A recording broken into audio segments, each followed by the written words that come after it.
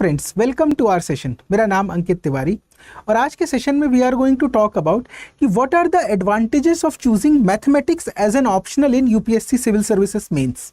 ठीक, तो UPSC mains में जो आपको बहुत सारे ऑप्शनल्स अवेलेबल होते हैं उसमें से मैथ्स चूज करने का what are the specific advantages and disadvantages. ठीक, तो सबसे पहले अगर मैं बात करूं ठीक एडवांटेजेस की, if I talk about advantages of maths as an optional, तो सबसे पहला एडवांटेज रहता है कि sir it is a static subject. Maths is a static subject. Maths पढ़ने का सही तरीका क्या है? The right way to study maths इज पहला कंसेप्ट समझना, दूसरा प्रैक्टिस करना।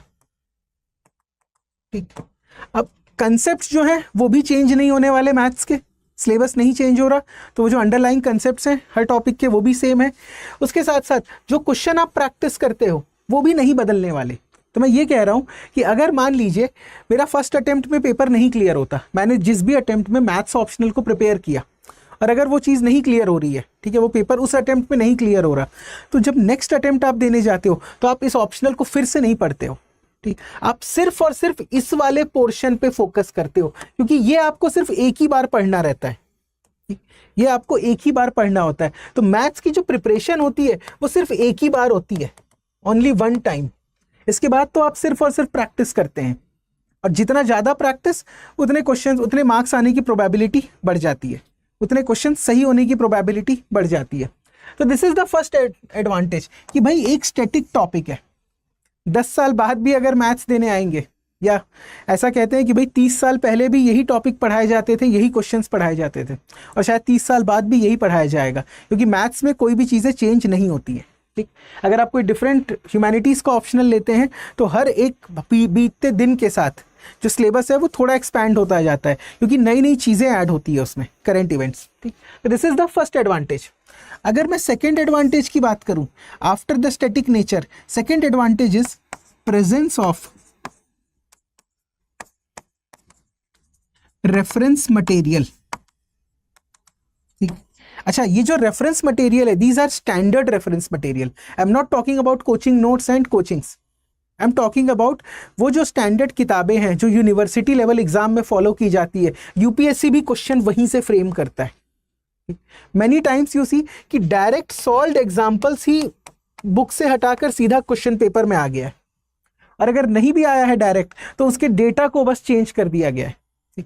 जो नेचर ऑफ क्वेश्चंस है वो बहुत ज्यादा प्रेडिक्टेबल होते हैं। क्यों? Because there are presence of standard reference material. तो ये चीज जो है एक और सबसे बड़ा एडवांटेज होता है मैथ्स का कि आपको पता है क्या पढ़ना है और आपको ये भी पता है कहां से पढ़ना है। आपको ये भी पता है कि क्वेश्चन कहां से आ रहे हैं, आपको सिर्फ जाकर क्वेश्चन पेपर में सॉल्व करना है।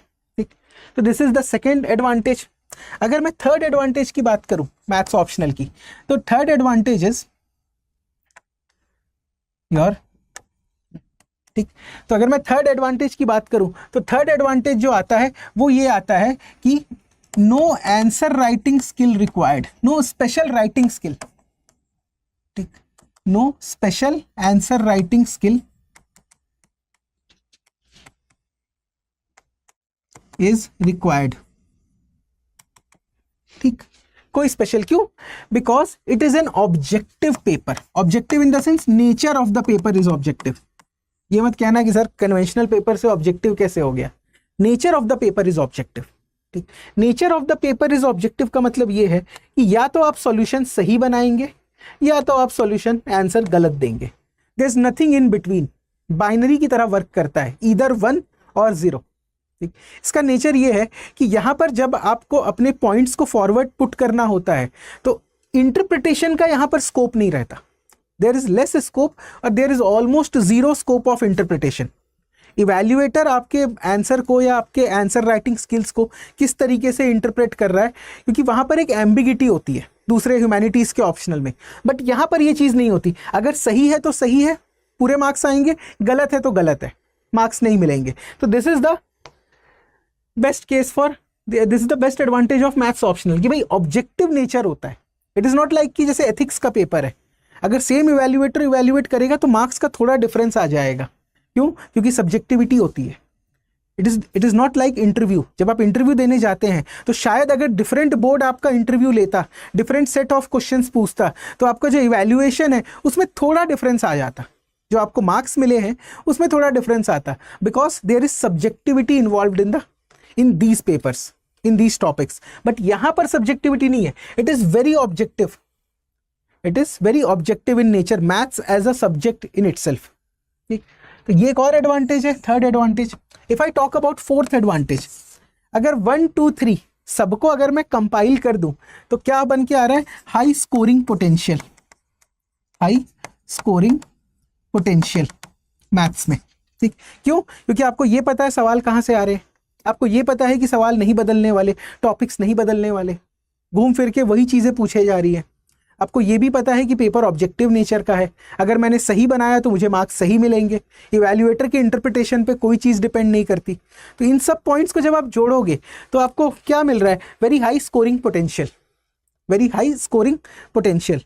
तो these are some advantages of maths optional. ठीक, अब ऑब्वियसली डिसएडवांटेज भी होंगे बिल्कुल, अदरवाइज हर कोई मैथ्स ही चूज कर लेता। तो डिसएडवांटेज में अगर आप देखोगे तो एक सबसे बड़ा डिसएडवांटेज ये रहता है कि जो रेफरेंस मटेरियल अवेलेबल है ये बहुत ज़्यादा है।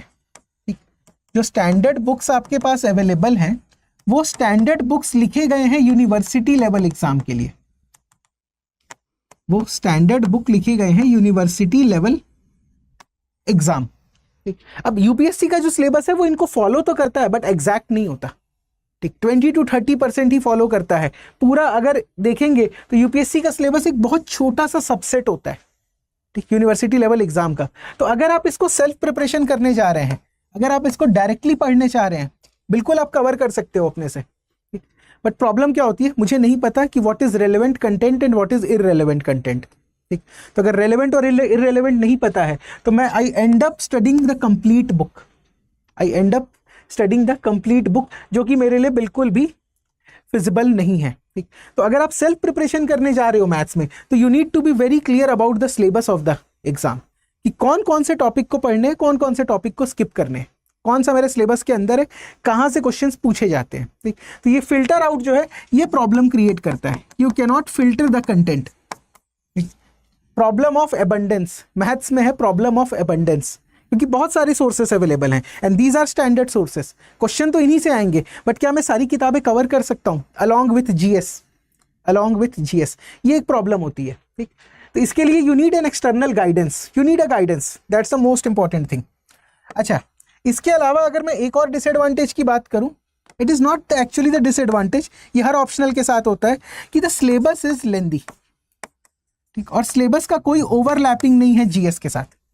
ठीक, सिलेबस थोड़ा बड़ा है और सिलेबस का कोई ओवरलैपिंग नहीं है जीएस के साथ। ठीक, that is an issue, but ये चीज़ सारे ऑप्शनल के साथ है। सारे ऑप्शनल के साथ मीन्स मे बी जीएस के साथ वो ओवरलैप कर रहे हो, मे बी उनका ऑप्शनल का जो कंप्लीट करने का टाइम है, ड्यूरेशन, वो छोटा हो। ठीक, 3 से 4 महीने में सिलेबस कवर हो जा रहा है, बट क्योंकि वहाँ पर सब्जेक्टिविटी इन्वॉल्व है, क्योंकि वहाँ पर इंटरप्रिटेशन इन्वॉल्व है, तो भले आप 3 या 4 महीने में सिलेबस कवर अप कर लोगे, पर जो 300 प्लस या 320 प्लस मुझे स्कोर करना है, वो स्कोर करने के लिए जो आंसर राइटिंग स्किल्स है वो डेवलप करने में कई साल लग जाते हैं। कई बार स्टूडेंट जो है फर्स्ट अटेम्प्ट में अच्छा स्कोर नहीं कर पाते, क्योंकि वहां पर जो ह्यूमैनिटीज ऑप्शनल है, ठीक, वहां पर आपको क्या देखना है, वहां पर आपको कंसेप्ट के साथ साथ प्रेजेंटेशन पर भी ध्यान देना है। तो कंसेप्ट तो इजीली कवर अप हो जाएंगे, ठीक, जीएस के साथ ओवरलैपिंग भी हो जाएगा, ठीक, बट ये जो प्रेजेंटेशन वाला पार्ट है, ठीक, अपने आइडियाज को कैसे पुट फॉरवर्ड करें, ठीक, यहां पर स्टूडेंट्स काफी चैलेंज फेस करते हैं and it takes time, it takes time. आप सिर्फ इस पे फोकस ना करें कि सर सिलेबस कितने दिन में खत्म हो रहा है, सिलेबस तो 1.5 महीने में फिनिश हो जाएगा, बट क्या वो 1.5 महीने की प्रिपरेशन आपको 320 330 प्लस इंश्योर करा सकती है ऑप्शनल में? या 320 330 प्लस इंश्योर करा सकती है? नो। बट ये वाली जो प्रॉब्लम है ये मैथ्स में नहीं होती, ये प्रॉब्लम मैथ्स में नहीं होती, क्योंकि आपको पढ़ना है, आपको सॉल्व करना है, nothing else. You just need to understand concept and you just need to solve the question, there is nothing in between them, ठीक। तो ये एक तरह से एडवांटेज भी है, डिसएडवांटेज भी है कि सिलेबस लेंदी है। यस, सिलेबस कवर करने में आपको समय लगेगा मैथ्स का 7 to 8 मंथ, बट एक बार आपने ये कवर कर लिया और क्वेश्चन प्रैक्टिस कर लिए तो फिर स्कोर करना ईजी हो जाता है, it is very easy to score. ठीक, तो मैथ्स में मेहनत ज्यादा है पर मार्क्स भी ज्यादा है। ठीक,